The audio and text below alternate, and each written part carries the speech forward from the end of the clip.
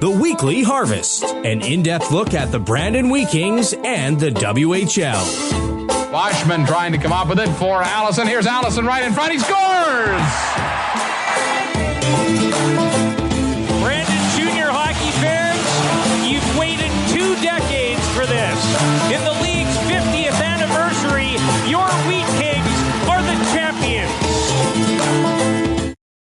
And welcome back to another edition of the Weekly Harvest Podcast. My name is Falko. He's Crowe, voice of the Wheat Kings. Now, we are live once again. Big thanks to everybody who's tuning on in. Here we go, live with a couple of guys who are not even in the country, and we're going to talk to that. We have got Zach Whitecloud of the Vegas Golden Knights, and we got Dan Duva, the voice of the Golden Knights. Guys, thanks for joining us here tonight.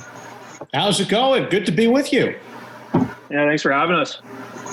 Well, Zach, we'll get to both of you, but we'll tee up you first, Zach. What have you been doing? I saw on your Snapchat you were swinging the sticks a little bit here the last couple of days, but it's been a couple of weeks, good long weeks into the months now.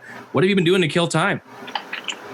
Just like you said, just trying to get out, and obviously a lot of resources around Las Vegas. You can go hiking, you can go biking, you can obviously play the links, and I think the golf courses were shut down there for about 3 weeks, so wasn't able to do that. But now that they're back open, I've been playing almost every day, so just trying to get outside as much as possible, try and see a variety of things, and play as many courses as I can, and play a little Xbox here and there, and that's about it.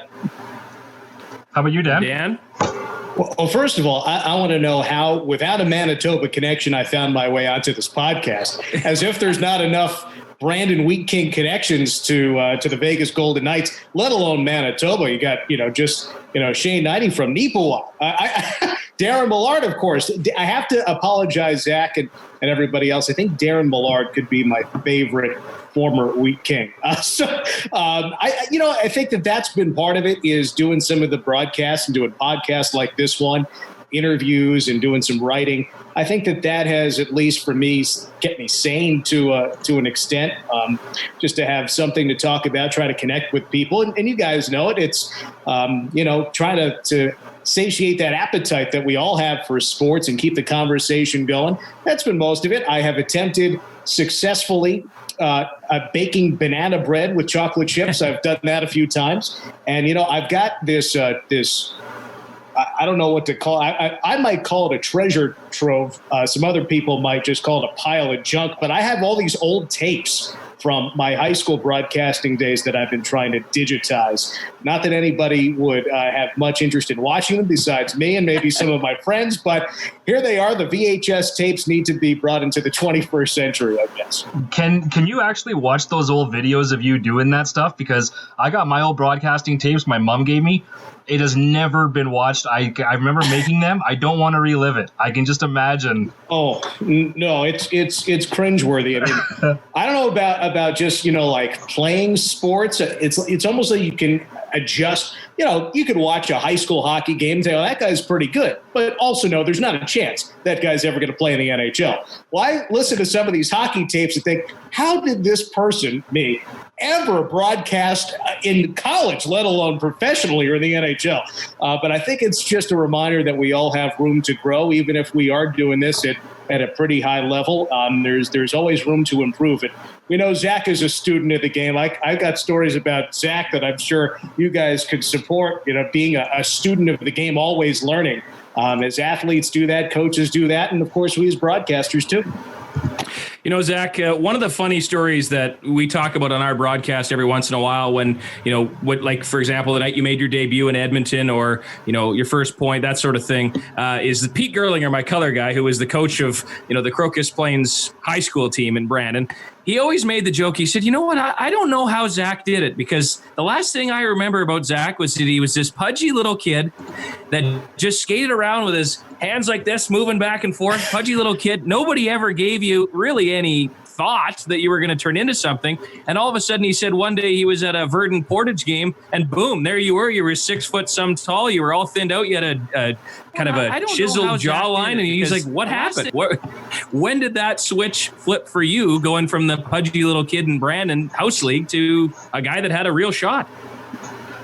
Yeah, it's funny. I I have a ton of respect for Pete. He's a very well-known person in Brandon and a very loved person in Brandon too, being connected to the Wheat Kings and, helping a lot of guys through high school hockey and then being a part of the Crocus Plainsmen too. I always battled with them when I played high school for 1 year there. And, no, I think I still am that pudgy little kid. I like ice cream here and there and kind of go back to those days a little bit. Yeah. No, I think the flip or the switch kind of flipped when I had gone into my last year of AAA midget. I think Kenny Schneider and Laverne Popple, Tyson Ramsey, and all those guys were coaching then. And we had an incredible group. We had James Shear, a former Wheat King captain, Jordy Stallard, the Caspics, Mitch Lyle, Troy Haywood. We had a ton of guys that, went on to have good hockey careers, whether it was in, university, college, or whether it be senior or go on to just be successful in society. Right. And that year I had thought about quitting hockey.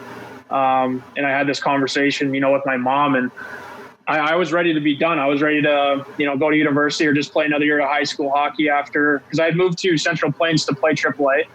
I had a year there, and my parents drove me, an hour each way 4 or 5 times a week, just to get on the ice and play at a high level in Manitoba, right? So they made those sacrifices day in and day out for me to do that.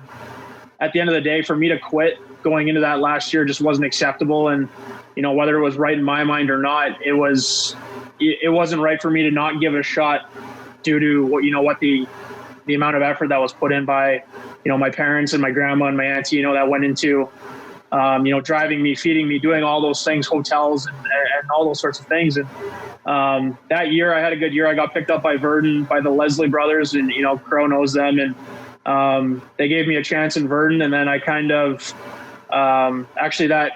so after AAA, I was about 238 pounds, somewhere along there. I was a big kid. And I was a big boy. That's a unit. Yeah. Oof. I think Ryan Reeves weighs in at 225, just for the record there. Nice hat. Yeah. Yeah. Thank you. So then that summer I dropped down to 195. I think I put off about 46 pounds in one summer. I was doing CrossFit all summer with James Shear over at Power Play CrossFit on the east side of Brandon. And I was going 6 days a week and, dialed my diet in and tried to, kind of slim down just so I could move on the ice. And I knew if I kept that weight on, I wasn't going to end up playing junior hockey. And that was just cold, hard facts. And, it wasn't anyone telling me what to do. It was kind of just in my own brain that, I wanted to play junior hockey and move on to the next level and just kind of see what I could do. And, kind of put my brain to work a little bit, my body, and just slim down. And then it kind of all started from there, really. And the one big part too is that working out with James Shear kind of helped me a lot too, because he's I think it's an understatement to call that kid a machine. If anyone's, I don't know, Crowe, if you've seen him work out or play hockey, it's incredible. He's 5'10", 5'11", and he can outmuscle any guy on the ice. And whether you attribute that to low center of gravity or him just being an absolute machine, he works out, continuously. And the way he trained was the way I needed to train in order to, kind of put myself in a position to go on and further my career in junior hockey and further on. And so working out with him really helped me a lot. And then I made it to Verdun and then had a good first year. And then colleges started, coming around in the second year and made my way to Bemidji State. And then it was kind of figuring my way out from there. I'm still looking for that motivation, Zach. I think you left it in Verdun somewhere. I'm trying to find it. I haven't been able to get into the gym and follow the Zach Whitecloud workout plan quite as intensely as you. You slimmed down quite a bit since our days in Verdun, though. Yeah, you know what? I had no choice. I met a lovely little lady there who was, as you know, very into fitness, and I had no choice. I couldn't keep up with her. But, Dan, you talked about your path, and it's obviously different for broadcasters, but you're a guy from, I believe, New Jersey, or at least the eastern part of the U.S. That's to right. now find yourself country. Yep, you got it. Yeah, exactly. To find yourself in the desert via Syracuse. I mean, when you went to college, was that always your hope, or was this kind of you were going for a business degree and got a shot? How did that all develop? Well, no, I actually envisioned that they would put an NHL team in Las Vegas, and I knew that that's where I wanted to go. Yeah, no, not at all. I was, 8 or 9 years old when the Devils lost to the Rangers and Stefan Metzo, and that just crushed my childhood. And then the lockout happened, and so the Devils couldn't start playing again until, it was the middle of the winter. It was after Christmas that they started playing. And then they won the Stanley Cup in '95. And as a Devils fan, you hear Mike Emmerich doing the games on Fox in the United States, the championship to New Jersey, the Devils win the Stanley Cup. And then they won it again in 2000 and in 2003. And I was, living in New Jersey. I was in high school when they won their last couple of cups. And I was not going to be an athlete after high school. I was a pretty decent baseball player on a very good high school baseball team. And my dad had played baseball in college. I've got a brother who played football in college. And I had teammates who played Division I sports in the States. But that wasn't going to be for me. You don't see my full height right now, but I've been 5'7" since I was about 10 or 11 years old. Thankfully, as the voice has improved, the height was not going to. So, yeah, I broadcast high school football. In fact, my second high school hockey broadcast, I interviewed Robbie Fatorik, who was then head coach of the Devils and whose son was playing against one of our his son was playing for West Essex High School, and I went to Ridgewood High School. So we interviewed the head coach of the Devils, and we grilled him. How come Brodeur didn't start on back-to-back nights? Well, we were right. They fired Fatorik with 8 games to go in the regular season, despite leading the Eastern Conference. Larry Robinson took over, and the Devils won the Stanley Cup in 2000. I digress. But, sports broadcasting for me, as you could tell, until the producer says time for a break, I just keep on talking. And so Syracuse was a great place for me to kind of pursue that. Broadcasters like Bob Costas and Marv Albert and Marty Glickman and Dick Stockton and Mike Tirico and Sean McDonough, long list of guys who've gone through Syracuse. So I started there, and then Fordham University in New York City, worked for the New Jersey Devils organization in the ECHL. That was great to be part of my hometown team organization. Lou Lamoriello literally signed the paychecks. And then to go back to Syracuse as a professional with the Syracuse Crunch, the American League, the affiliate of the Tampa Bay Lightning, and was there in Syracuse for 5 years. And then the NHL came calling when Bill Foley brought hockey to the desert, as you said. But hockey, I've always loved hockey. I played baseball. I broadcast baseball in the Cape Cod League. It's a great summer league for college players. So there's not a sport or not too many sports that I haven't at least attempted to do the play-by-play for. But I love hockey, and I've continued doing other sports. Hockey is the number one sport, and they keep giving me hockey jobs, so I just keep on taking it.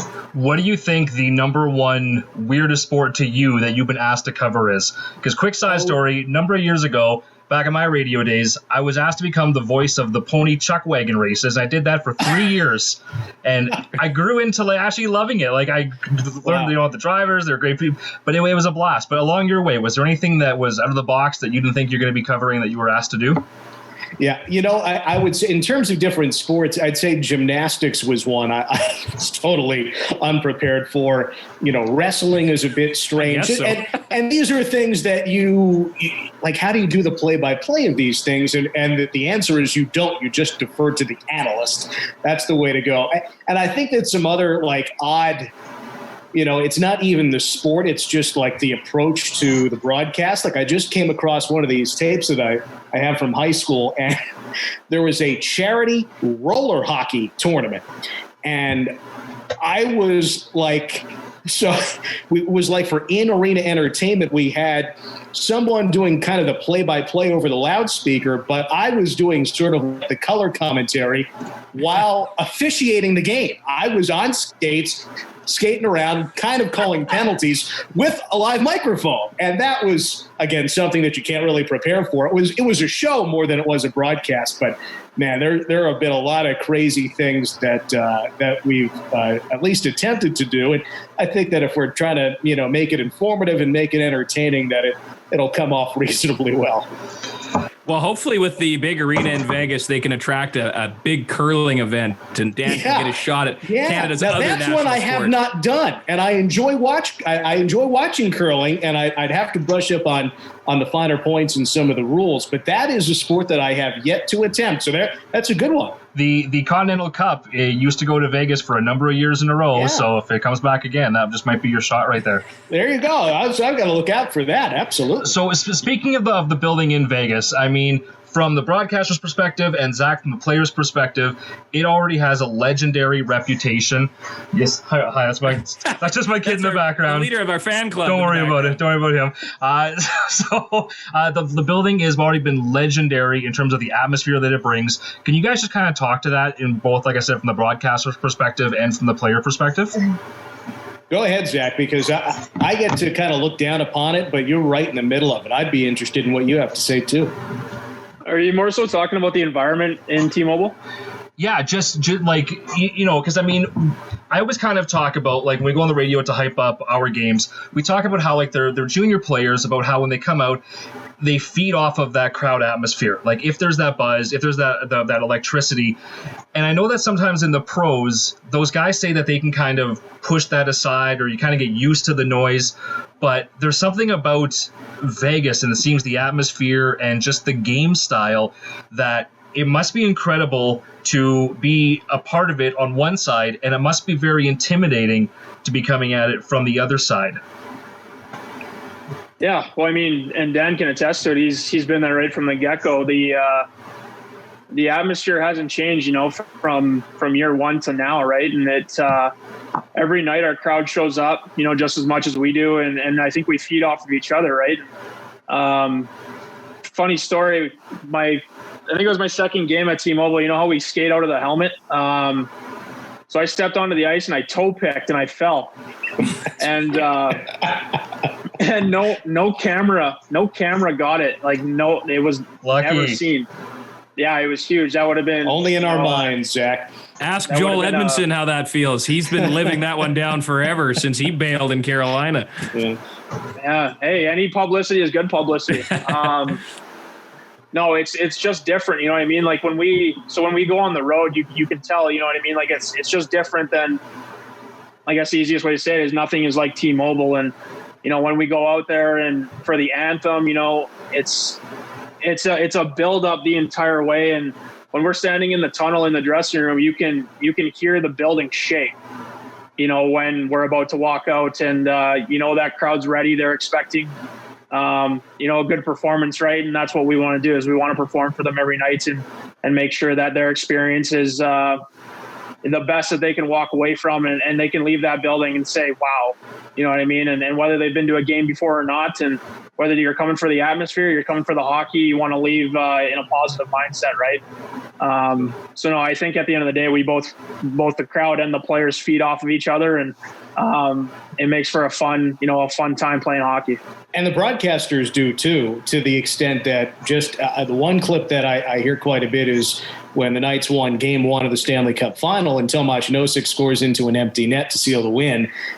Even the audio recording, you can just barely hear me say score when the puck goes in. And there are a few factors that go into this, guys. First of all, it starts with the organization, the people that Bill Foley put in place, and we know George McPhee and Kelly McCrimmon, but even down to the folks who are in charge of the game presentation, the entertainment, and all of the elements, all of the people that go into that. There was so much planning, months and months going into the first game in Golden Knights history, and as we know, there was quite the tragedy that occurred just before that first home game. So they had to change everything. And I think that the fans recognized what the organization was doing, the business side, the hockey side, which of course had put a great team together and had won a couple of really exciting games.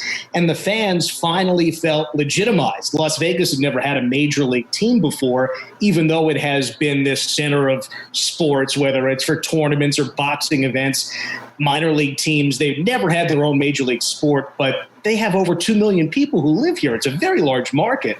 And this was a way to legitimize it. And here was a way they could prove it, that Bill Foley was right to bring the team here. And the crowd just It's a constant buzz. And the other element that I think that keeps the crowd going, not only because the crowd wants to show its support for the team, you're always going to have those folks coming to visit to support the other team. And it creates almost like a soccer environment. Well, the visiting fans, a couple of thousand of those folks are going to make some noise. Well, the Golden Knights fans are not going to be drowned out. So they bark back, and it's sort of a back and forth.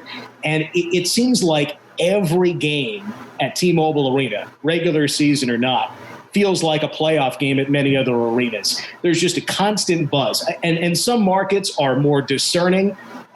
Gary Lawless, my broadcast partner, will say, like in Montreal, he was a Canadiens fan growing up, you've got 20,000 coaches in the building. They'll applaud if you do well, but if you don't do well, they're not buzzing. At T-Mobile Arena, there's this constant buzz. And I think the other really neat thing, and I hope that many of your listeners have the opportunity to come see T-Mobile Arena in person, even if you're not rooting for the Golden Knights, because after games, the visiting fans mingle with the Golden Knights fans. And I would say 99% of those interactions are very positive. Hey, thanks for coming to Vegas. We hope you had a good time. Come back soon. And then those visiting fans were like, well, yeah, thanks. We hope you do well. Like, we're going to root for our team. But, you know, if we're not playing you guys, we're rooting for the Golden Knights. Go get them. Like, I just love that. There's just a real passion for the sport. And I'll sum it up by saying this. Max Pacioretty, of course, former captain of the Canadiens, was not here for the first season, but when he was acquired going into season 2, at his press conference, he said the people in Las Vegas first fell in love with the Golden Knights. Then they fell in love with hockey. It was the players, the organization that really won over the community. And then it's like, wow, hockey is really an awesome sport. The Golden Knights happen to play this incredible brand of high-paced hockey, so much skill, and it's just a terrific team. And I think that people just love it even more because it's this great mix of great people, Zach included, of course, and just a terrific community for the sport.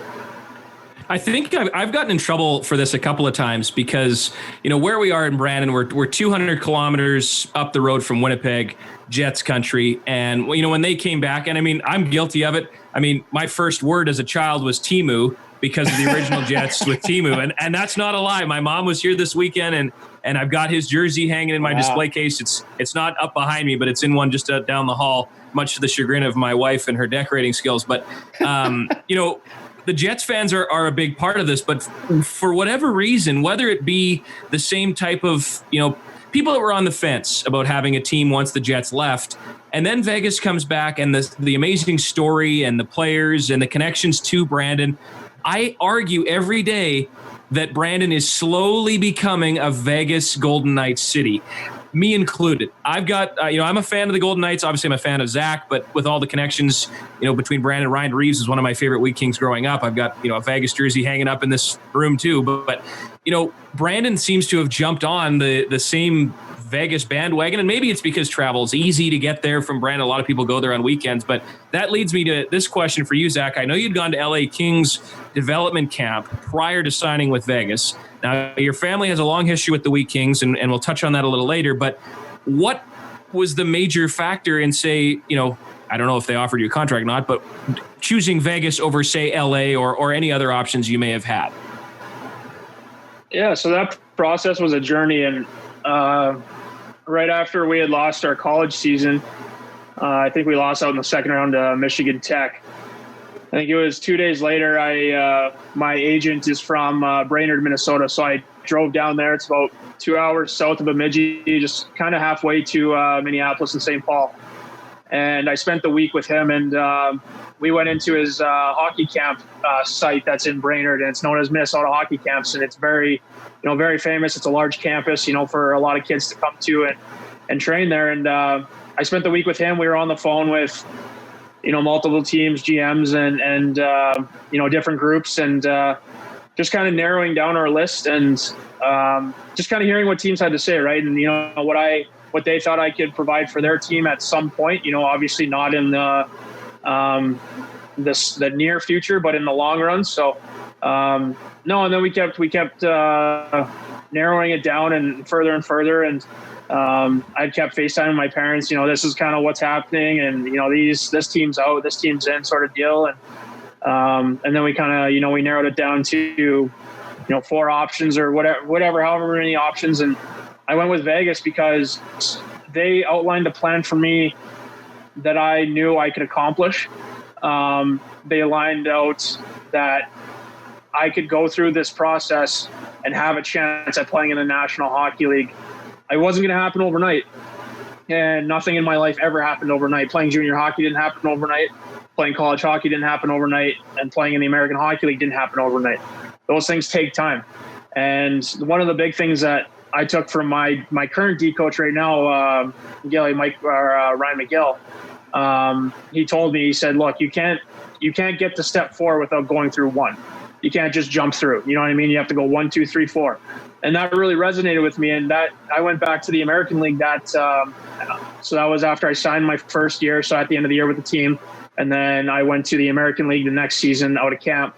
And that's kind of that's what I left with. And I said, or that's what resonated with me again, is that you have to go through the certain steps in order to, become a full-time NHLer, because that stuff takes time. Yeah, it happens quick for some players, not a lot of guys, but it does happen. But, for guys like me who don't develop that quick, or, take time, and especially for defensemen too, that's a tough position to learn. And especially, come in and play at the National Hockey League level, you have to learn a lot of things and kind of learn how to play and defend and do certain things, right? And then furthermore, learn how to be a pro. So that's what I took with me, and I went down there, and I think I worked harder that year than I ever have. And I still am. I pride myself on being motivated. I pride myself on doing the right things every day, whether it's at the rink or away from the rink, with family, with friends. I try to do the right thing at all times. And that's kind of what has helped me through this whole process. And so when I go back to it, why did I pick Vegas was I was comfortable with the conversations we had. They outlined a plan for me that I had faith in, that I could go in, I could do my work, and I could get through that process and give myself the best chance of playing in the National Hockey League. And they told me what I could do for their team, and I believed it. I still believe it. And, I just want to come in, after all those years of developing and just contribute on a nightly basis if I'm given that opportunity. Right. So, no, I mean, the whole process is, they can lay out a plan for you, but it's up to you. You know what I mean? They can tell you, hey, look, you're going to have to go through this and this and this, but that doesn't happen if you're not willing to work and pay attention to detail, be coachable, and go to the American League and make sure that you look after, first of all, your teammates and, help the team succeed. And, that AHL run that we had last year, we can get into later, but, you go there, you help your teammates, you be a good teammate, you learn how to be a pro. And then all those individual successes will, take care of themselves at some point. I got to say, Dan, I mean, maybe it's because I'm kind of a closet Vegas fan. I mean, I try not to, root too much. Closet Vegas fan? Come on. Okay. You're just talking about having multiple jerseys and logos throughout the house. I'm a bit of a fan. He's the one right behind Zach's dad. I think Crowe's leading the bandwagon in Westman, so. He doesn't have a Whitecloud jersey. I don't have a Whitecloud jersey yet, though. No, that now that you've signed that new contract, and I know you're going to be there, maybe I can go to Source for Sports and put it on. But following the team and the social media and stuff, they're one of the teams I follow the most closely. And Dan, obviously, you and your broadcast team, including former Weeking broadcaster Darren Millard, Neepawa guy, and Shane Knighty, Gary Lawless, a guy who fans in Brandon are familiar with reading his stuff, and then of course, Stormy and everybody else, Dave and the whole crew. You guys seem to have like this kind of full house type connection where you're not really related, but you guys all just get along so well, and you're doing all these things. Comparative to most teams you follow, the broadcast crew, whether it be TV, radio, writing, print, whatever, you guys all just seem to just click. Like it's a family almost. Is that an accurate statement? I think that's right. That's very kind of you. I appreciate that. You can be John Stamos if you want. The full house, that's fantastic. I'm going to have to tell that to somebody high up with the Golden Knights, because that's a great description. I like it. And I think that part of it is the organization made a conscious decision to make all of the talent Golden Knights employees, whereas in a number of markets you might have For instance, in Boston, where Dave Gosher came from, Dave worked for the radio station. He didn't work for the Bruins. Right. He worked for the Sports Hub. Shane Knighty, when he was covering, the Jets, he didn't work directly for the Winnipeg Jets. He worked for TSN. Gary Lawless worked for TSN. So Right. in junior hockey or in minor leagues, it's more common for a broadcaster to work for the team. But usually, you're a broadcast department of one. I was the only broadcaster when I was in Syracuse, the only broadcaster when I was in Trenton. But the Golden Knights have created this staff, and you listed everybody. I think we have 7 or 8 people who all are employed by the team. So while I might be on the radio for the games, I might also be doing a podcast with Dave and Shane, or we might be doing a video report in the studio with Mike McKenna and Darren Millard. And it just fosters this support for each other, which I appreciate that you recognize that, because the whole idea is we want people to watch and listen and read. And if people get the sense that we're having a good time doing it, which we are, that they might have a good time following along. Right. And that's really what this is all about. There is, of course, the professionalism, the journalistic quality that goes into it, but we are trying to enjoy this sport. I do this because I love it. I said to our Spanish play-by-play announcer, whose name is Jesus Lopez, who had done some soccer, and he's from Mexico and didn't have too much exposure to hockey. And I was giving him some advice when we first met a few years ago, and I could see I was being a little too technical. Oh no. I could see in his eyes he was not quite ready for this. I said, Jesus, don't worry. It all comes down to one thing. So thank God. I said, can they hear the smile in your voice? And if anybody is listening to Jesus Lopez's goal, he has this whole description, and I don't speak Spanish, but he has this description of guys battling in the corner for the puck that translates roughly to something like they're making salsa in the corner. And it's just, you can hear in his descriptions and in his delivery how much he loves doing what he does. And I appreciate you recognizing that, Brandon, because we love what we do. And for the most part, we enjoy working with each other. And the organization has done a great job of putting us in a position to succeed. And Zach can tell you, I get to chat with the coaches and players whenever it's convenient for me and for them. And, I could still remember when Zach showed up in Buffalo shortly after having signed his first contract. He wasn't going to be in the lineup that day, but I wanted to get him on the radio. So we talked with the right folks, and Zach came into the booth, and we arranged for an interview later on. But while he was in the booth, Zach asked me for paper and pencil because he wanted to take notes on the game. And Zach, if I'm not mistaken, you told me not too long ago you still have those notes. Is that right? Yeah, they're in my suitcase in my bedroom.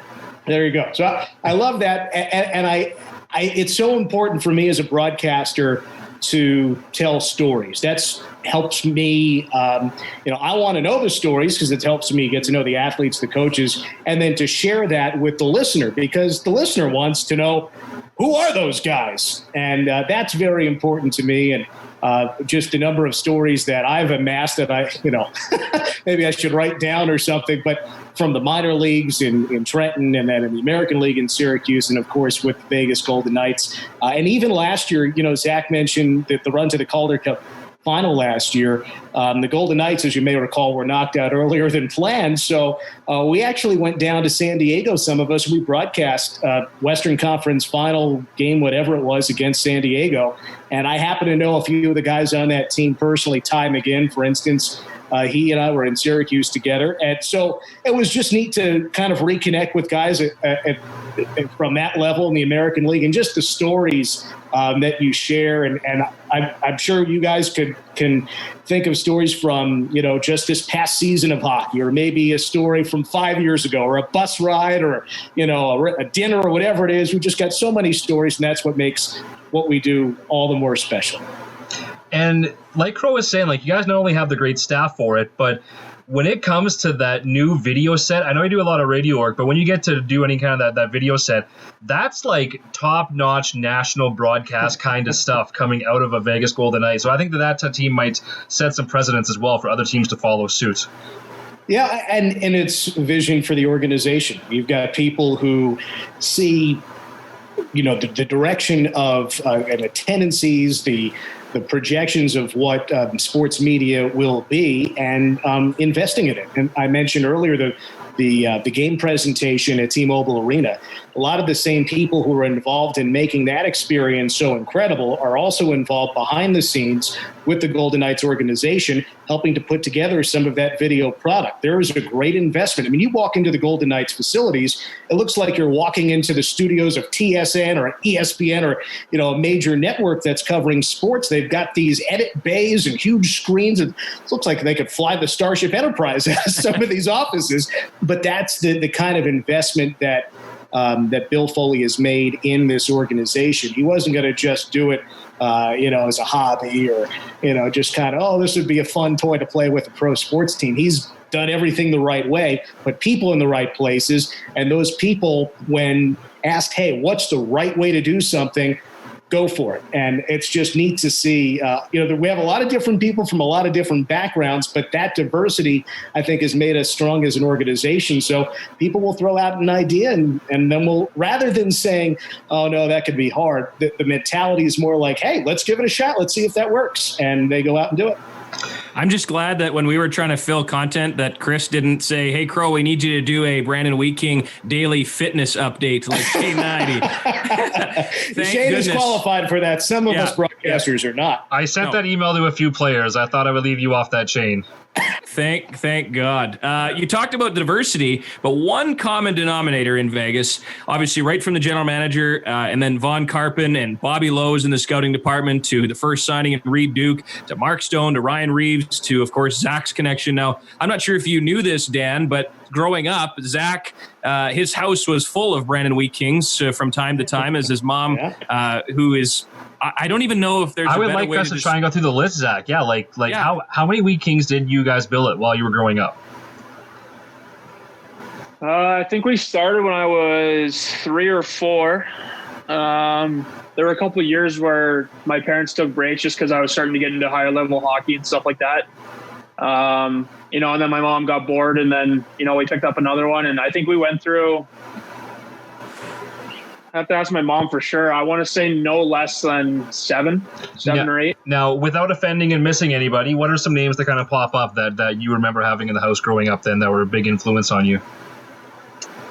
It wasn't so much, guys that lived with us. It was guys that came through the organization. You know what I mean? Like the two off the top of my head, Mike Furland and Jordan Tutu. Those are two guys that I resonate with closely. And I've trained with Toots. I train with Mike every summer, and obviously them being Aboriginal from Canada, those two guys kind of really, set the way for a lot of us younger Aboriginal kids just to kind of look up to and realize that, obviously 2 different paths. Mike has a different path than Jordan, and, Jordan came from, up north in Nunavut, and, Fur came from, I'd say like mid-Manitoba, northern Manitoba, I guess you can say, and then I myself growing up in Brandon, and they're two guys that I can look up to and realize, you can do it, you know what I mean? And then you can go through certain things, and obviously not their paths, but, I have my own passion that, eventually I'll work through it and get through it.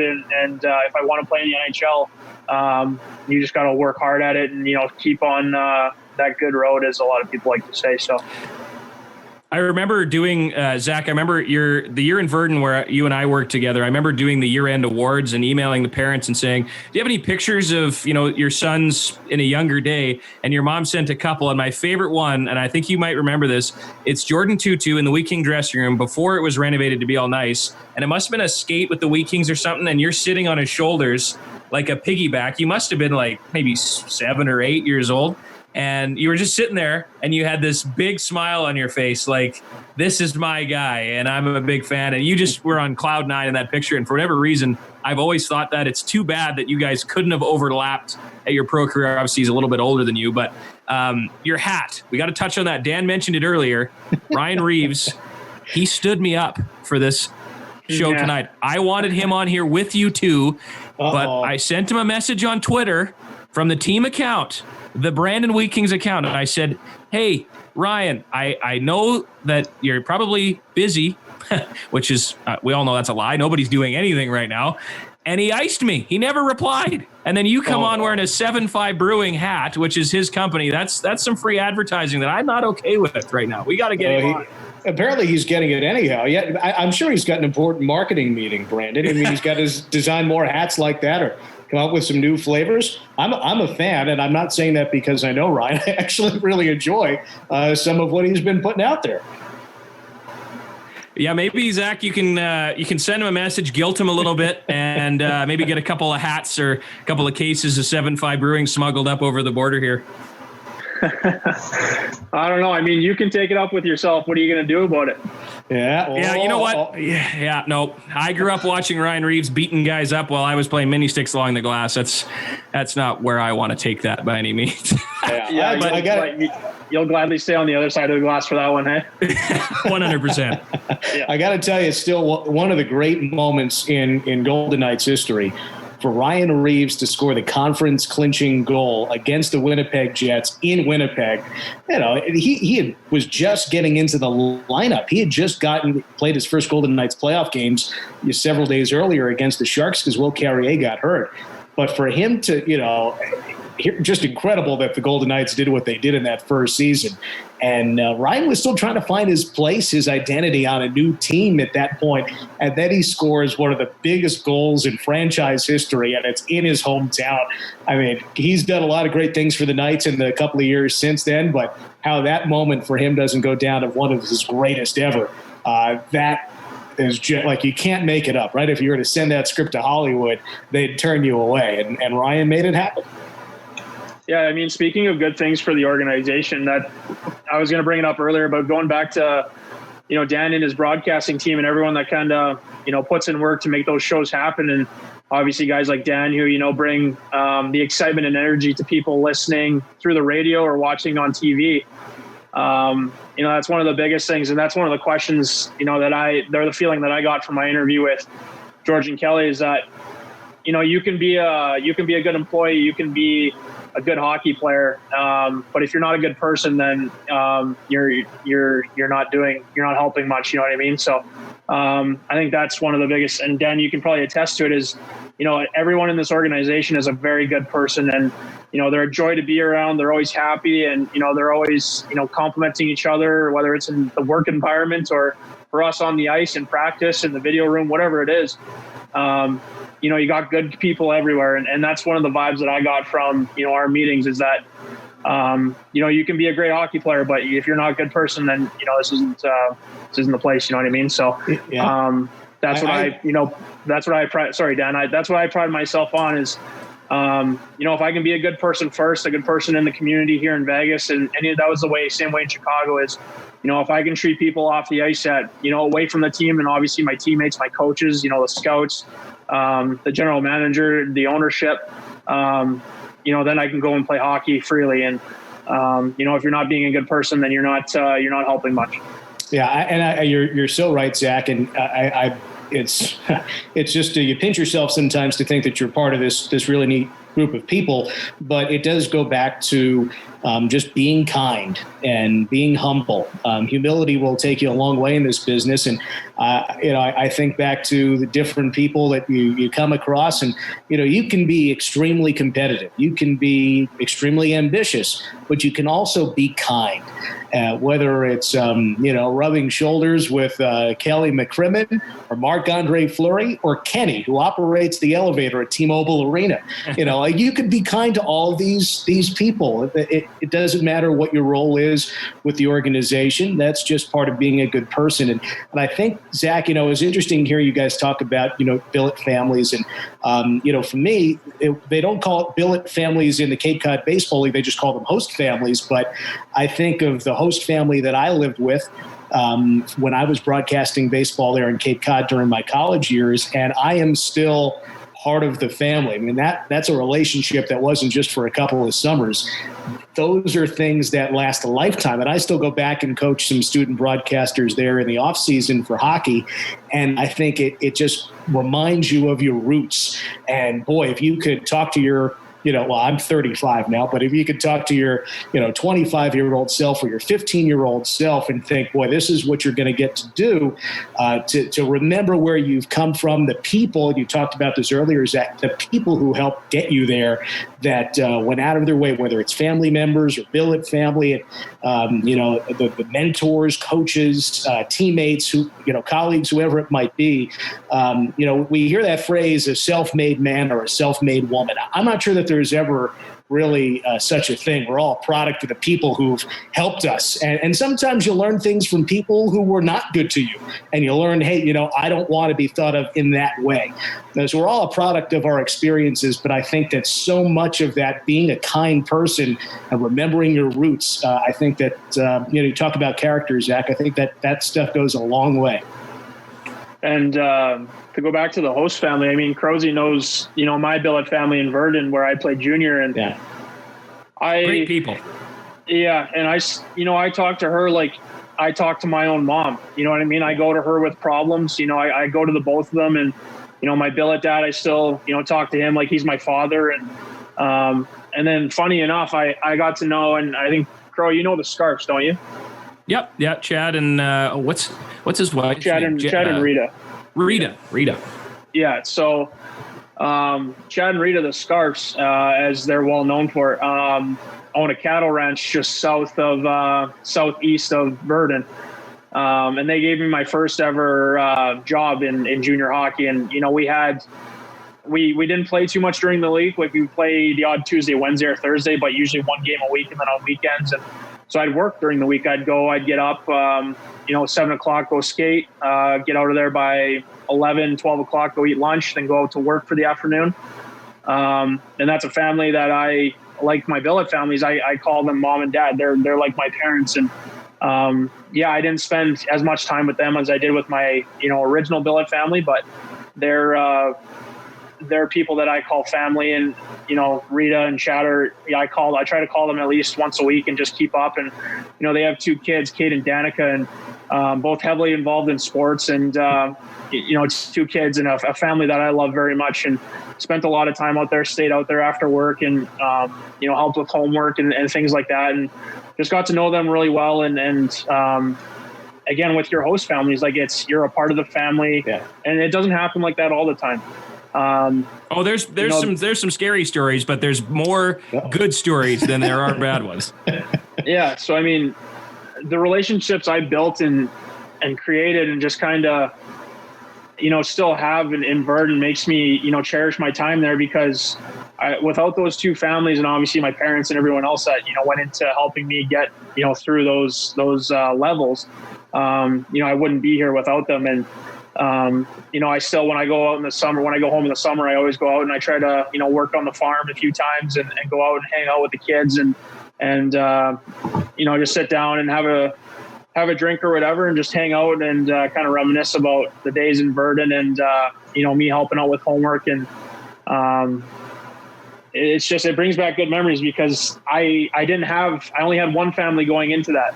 And then I came out with 2. I came out with 3 families, and they're families that I love very much, and ones that I attribute a lot of my success to, because they helped me. I think without that job, and that's something I want to do after hockey too, is kind of have my own cattle ranch at some point. And that all stems from, Chad and Rita kind of putting me to work out there and kind of teaching me, the farm life and how, hard those people work. Cause I mean, Chad gets up on Christmas Day and he goes out and feeds the cows, and he doesn't take a day off, and he has a 9-to-5 job as well, Monday through Friday. And on top of that, the ranch. So they taught me a lot about hard work and kind of being a big brother to Kate and Danica. And again, I grew up without siblings, so it was kind of cool to, have be a part of that family and, be able to hang out there, whenever I wanted. And again, it's 2 families that helped me get through a lot in my days in Bird. Well, Zach, outside this window right here, I've got a bit of room that needs some fencing. I got some cows coming over here June 1st. So if you can be on a flight, Chad and Rita don't live far down the road, but just come finish the fencing here, and there's a few bales that need to be moved, and then you can go help them. Chad put me through some fencing, actually, I think it was 2 summers ago when I came back from college, and he sent me out to do one of their pasture fields. And there was this like little swampy part. And he said, yeah, just ride fence and see whatever needs to be fixing. Of course, the one that needed to be fixed was right through a beehive. And it was right through the bush, right in the swamp. I got it done. Every time. I came out on the bad end of that one. But it kind of made for a funny story. And Chad was like, man, you didn't have to do that. I wouldn't have done it. And I was like, well, you asked me, so I did it. So they. Well, I've got the fence poster leaning up against the shed, so. I do charge by the yard, though. the hammer's in the shed, the fence poster leaning up against the back. So just whenever you get a chance. I'll drop by whenever, yeah. So while Crowe tries to get free labor out of Zach there, Dan, I want to ask you a question. So we heard about like Zach's history with the Wheat Kings. How about you? I mean, you're on the East Coast. Have you heard about the Wheat Kings? Obviously you have before going, I would assume, to Vegas, but what was your first exposure? What do you remember of the team? Is there a famous player that you remember hearing about, or what was your first recollection? Ooh, that's interesting. I think that, growing up in New Jersey, it's such a pro sports neck of the woods. You think you got 3 NHL teams, Devils, Rangers, Islanders. You got 2 NBA teams, the Nets and the Knicks, Yankees and Mets, the Jets and the Giants. So minor league sports, college sports, and certainly junior level sports hardly enters the picture when you're a kid. But then as you kind of get into, the higher levels, yourself as a teenager in high school, and to, my high school hockey team, we had some pretty good players. I didn't play on the team. I broadcast the games.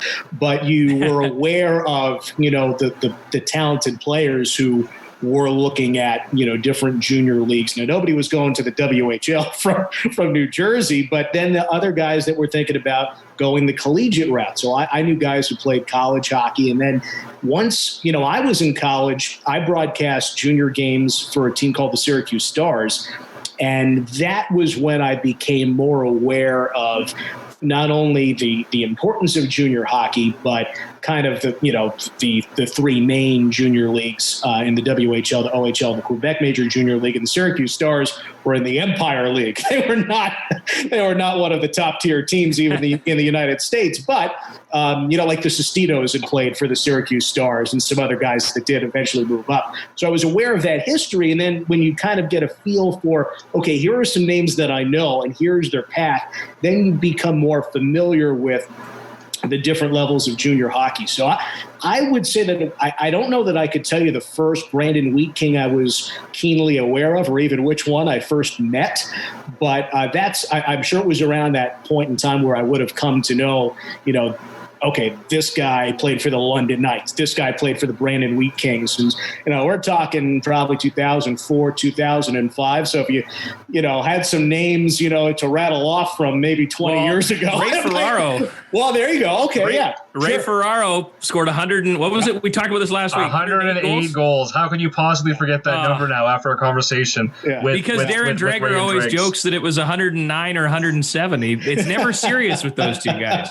Yeah. So that's and then when you start going into the professional ranks and in the ECHL with the Trenton Devils. Remember, this is a Lou Lamoriello organization, so you had a number of guys who had gone the college route. We had Boston College guys, Providence College, Brown, and so on. But there was that group, the college guys, but then there were the junior guys, and then within that, we're okay. Here are the guys who are the Quebec guys, right? The Francophiles, and then here are the guys from the West, and so you kind of got a better understanding of that because now all of a sudden it wasn't just a name on a list. These were guys who actually played in those junior leagues, and then the college guys, the junior guys would have at it. That was fun. And most of the players in the ECHL were not going to be moving up to the NHL. I think Pierre-Luc Letourneau LeBlanc was the one guy who made it from the Trenton Devils up to the New Jersey Devils for any significant period of time. But so I would my years kind of blur together, but I will tell you for sure, upon arriving in Las Vegas, it was very much Brandon South with the number of Wheat King connections here. And you mentioned some of the names earlier, but, of course, Kelly McCrimmon is the big name, when it comes to the front office. But you just go down the list of, maybe this guy was there, or this guy played there, or he coached there, or it's just amazing to see. And I can remember kind of, in one conversation, early on. So I'm coming from the Devils, origins, and Vince Williams was a Golden Knights scout, still is, and he was an assistant coach in Trenton when I was there. David Conti, longtime Devils employee, and has since joined Lou Lamoriello with the Islanders. But Mr. Conti, Mr. Williams, and Mr. Duva were sitting there talking about the old Devils days, and then looking around and seeing all these Brandon Wheat Kings. so like you kind of, of course we were all working together, but you always think about your roots and where you've come from, as we talked about earlier. And so you're intrigued by, wow, that's got to be something pretty special that they've built there in Brandon. And I know a lot of stories, but I have yet to visit Brandon, Manitoba. So I'll have to put that destination on my list for some time in the future. Well, I think I would be probably pretty accurate in saying that Brandon, Manitoba is probably the only city in Manitoba that has a 9-foot inflatable Chance the Mascot Christmas decoration, because Dana, I don't even know if they have those in Vegas.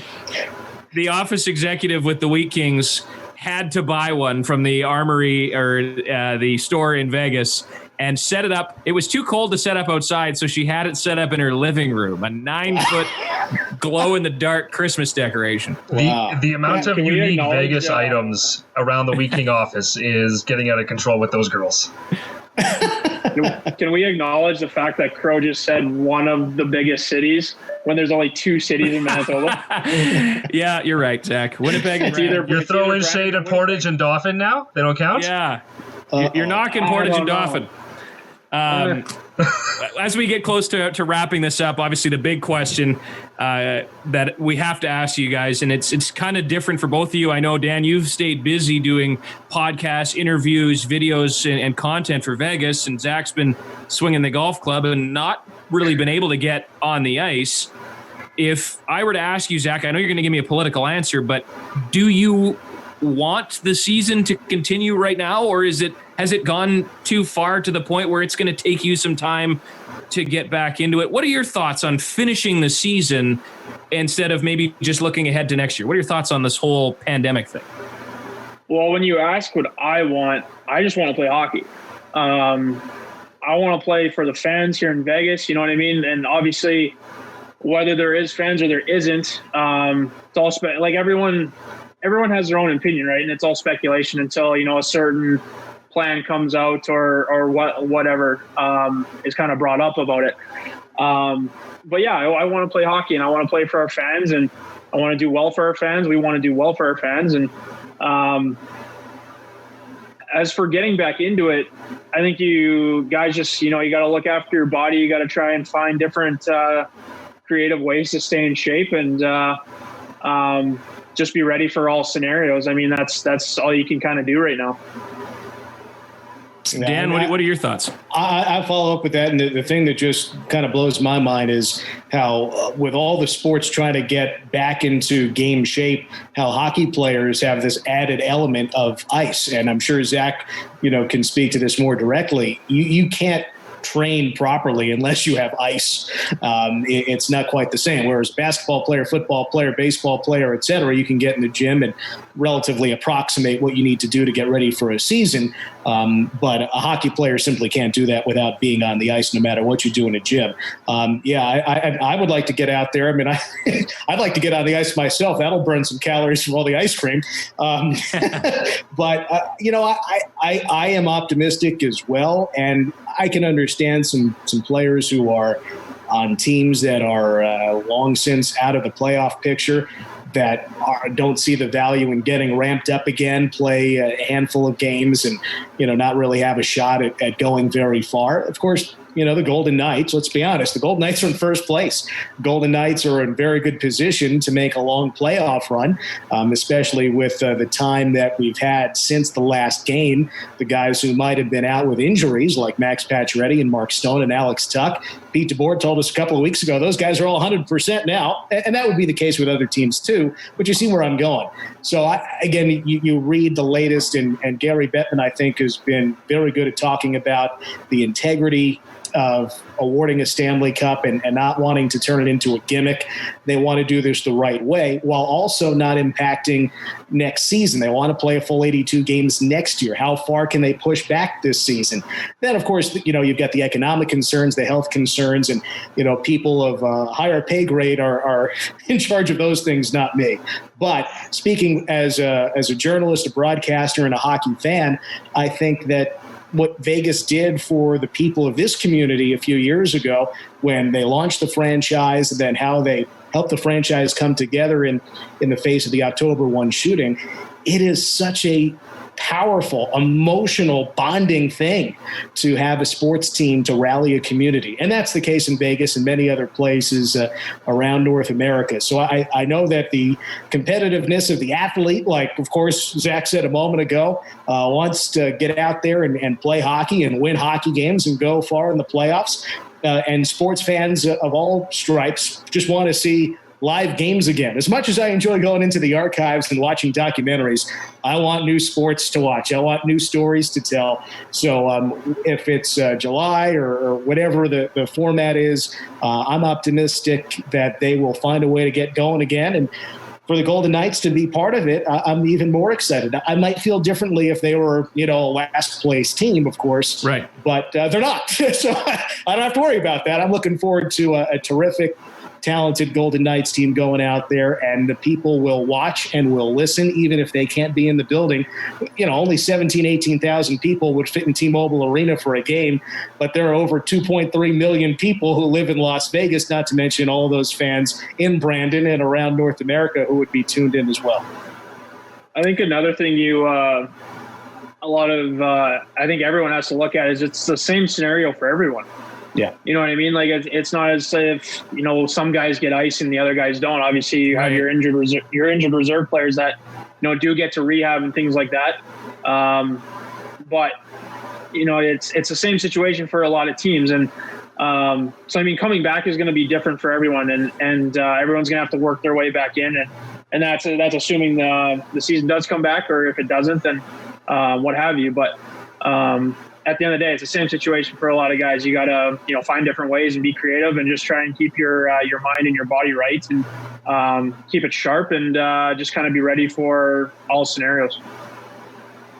Well, that's awesome.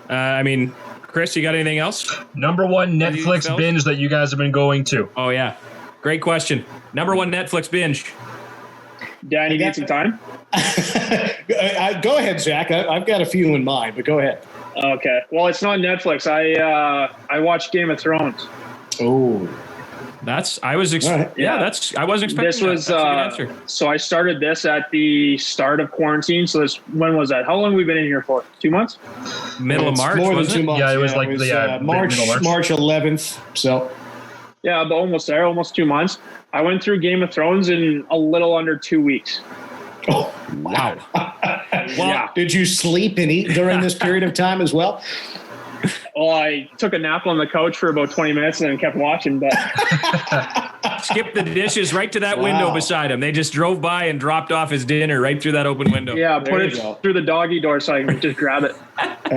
That's great. I tell you that I mentioned earlier documentaries, and anything that Ken Burns puts out is just terrific. So I've watched a number of those, and some are, 1 part or 2 parts, and some are 10 parts. And obviously you had the Last Dance with Michael Jordan. Enjoyed watching that. But just the Ken Burns 10-part piece on baseball. I actually just recently got into the Ken Burns documentary, and I think it's also 10 parts about the Vietnam War. There's the country music documentary that he did. Fantastic. About the one about the Roosevelts. I could go on and on listing all of Ken Burns' documentaries. I have watched the Civil War documentary many times, voiced by David McCullough, who happens to be my favorite author. But Ken Burns is good. But, the other thing is, like, you kind of can get tired of some of this serial type television that they put out now where, 24, the TV show is 1 hour and then 1 hour, and you can't really get into it in the middle. You've got to watch the whole thing. So once in a while, I'll enjoy go back and, pick up a show from 20, 30 years ago where it was just one neat, happy episode and that's it. And so I what show I watched a few episodes of last week was Murder, She Wrote. Murder, She Wrote, right? Angela Lansbury, which is it's great. It's this murder mystery in this nice little village of Cabot Cove, Maine. And, then people get killed and Angela Lansbury solves the murder. It's fantastic. So that's good. And then I also have to say that they're, to me, two of the best TV series ever, The Sopranos and The West Wing. And you can dive into those in the middle, at the end, or at the start, and just great shows. So I've kind of mixed it around as to not get too consumed by one particular program. I've been getting the gears because I posted on Twitter the other day that my wife and I are on season 6 now of Roseanne, which to me, I was a little bit out of that age range. Like, I remember my parents watching it, but I don't really ever remember watching it. And I have never laughed out loud at a TV show like I have Roseanne. But everybody on Twitter told me I was nuts and that it's not actually a good show. But I think they're wrong. I think it's a top 10 sitcom by far. Yeah, I mean, it's not Cheers, but it's still really good. Fantastic. Falko, what about you? Yeah, what's yours, Chris? You know what? I still got to get stuck on The Office. It's kind of hard to get past it. Brooklyn Nine-Nine is always a really good one, too, as of late. I signed up for Amazon Prime a while ago to take advantage of the Amazon deals, and then I forgot to unsubscribe. So then I thought, well, I might as well see what's on the video service. So I got hooked. I've never seen an episode of Hell's Kitchen, and there's 17 seasons. So Zach, this might put Game of Thrones to shame. I've gone through all 17 seasons since this quarantine has begun, but it's been like background noise, right? Like, I just kind of put it on and it's kind of there throughout the day. But yeah, Hell's Kitchen, a lot of Gordon Ramsay. So a lot of cooking then as well I've been doing to help pass the time. Well, here, I've got a deal then. Chris and I will come to Vegas. The four of us will go eat at Chef Ramsay's restaurant. And then when you guys get some free time, you guys come to Brandon. We'll take you to Joe Beaver's and you guys can have a nice big poutine, Dan. Zach knows what I'm talking about. We just had that last night and actually in this house. We had Joe Beaver's poutine in this house. It's a Brandon staple. Yeah. And one of my Oh, sorry. I was going to say, Zach, a heads up. According to Aaron, who's on Wikipedia, Manitoba has 10 cities. So we shouldn't go slagging that we've only got 2. Apparently, we actually have 10. So we missed a whole bunch. But anyway. Well, you didn't miss any. I was the one. Manitoba. I was going to say that when you look at the poutine situation, so my wife's friend is Brooks Broughton, who you may know, Dan. He's a social media guy for the Nashville Predators, and he came up for a visit last summer, and we took him to Joe Beaver's, and we told him to order the famous poutine. And he's an American from Pittsburgh. And when it sat down on the plate in front of him, it's a brick, like a log of French fries and gravy and whatever else, buffalo chicken wings on it. It was. Well, don't they just dump it out of the fryer? Like it's the same shape as the basket from it comes in the whole idea, guys. It's Joe Beaver's, so it's like a beaver dam. Right? It looks like a dam. So it's like a beaver dam on the plate. And yeah, all the fries are not all loose. They're all kind of like cooked together. He wouldn't touch it until he took a picture and sent it to everyone he knew in Nashville and said, look at what I'm about to eat right now. So it was life-changing for him. So we'll make sure we can get you one day. I don't know if he finished it. He's kind of a slight little fella that likes salads and doesn't like carbs. So he was a little offended by how much carbs were on this plate. Oh, so not like you and I, eh? No. That thing wouldn't have stood a chance. Fellas, this was awesome. Try and stay safe, and best of luck whenever you get going. Zach, I expect you to reach out to Ryan and try and get us a couple of hats at least for him icing us on Twitter, and let us know how that goes. Hey, I'm going to let him know, Brandon Crowe, and I'm going to give him your address, and he's got a bone to pick with you. Please do. No. Please do. I'll do the play-by-play of the aftermath, okay? There you go. All right, guys. Thank you, Chris. Thank you, Brandon. This is great. No, thanks again, guys. We really do appreciate it. We'll talk to you guys again soon, hopefully. Yeah, thanks for having us on, guys. Appreciate it. All right, here we go. We're not. Here's the awkward part. As we say goodbye to everybody. Oh, there's one. Oh, Zach's still here. He wants to linger. Bye, Zach. I'll hang on for a bit. Just gonna hang on there. We're gonna remove you. Yeah, I'll hang on. I got nothing else to do. Huh? Okay. Well, I feel leave him bad in for for the Dan extra. now. We just said goodbye to Dan, and now Zach's gonna hang on. So the plan for next week, Chris, this is usually where we tee it up.